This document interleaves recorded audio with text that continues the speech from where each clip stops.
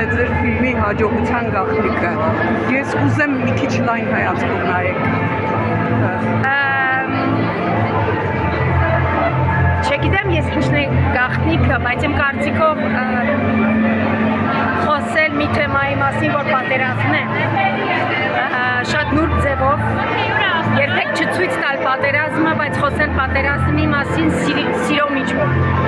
Երևի դա է գաղտնիքը, չգիտեմ։ Այսինքն բովանդակության հետ է ավելի շատ կապված, քան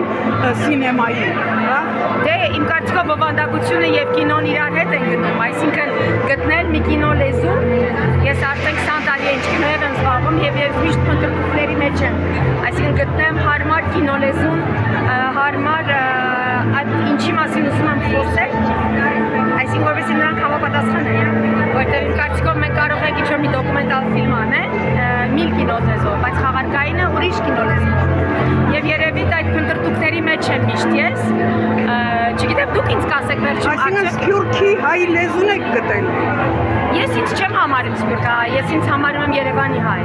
Ես ծնվել մեծացել եմ Երևանում եւ ես երևանցիների զավակն եմ։ Ապրում եմ Սփյուռքում, բայց իմ կարծիքով համատեղել եւ ինչ է նշանակում լինել Սփյուռքահայ, չգիտեմ։ Ես ինձ համարի երևի կհամարեմ Երևանի հայ։ Իսկ սցենարը գեղարվեստական արժեքով ինչպիսին է սցենարը։ Կարծիքով դուք պետք է ասեք, մինչև հիմա ես շատ բարձր եմ դատում այս սցենարը։ Սցենարի համար քանի մրցանակ եմ շահել, բայց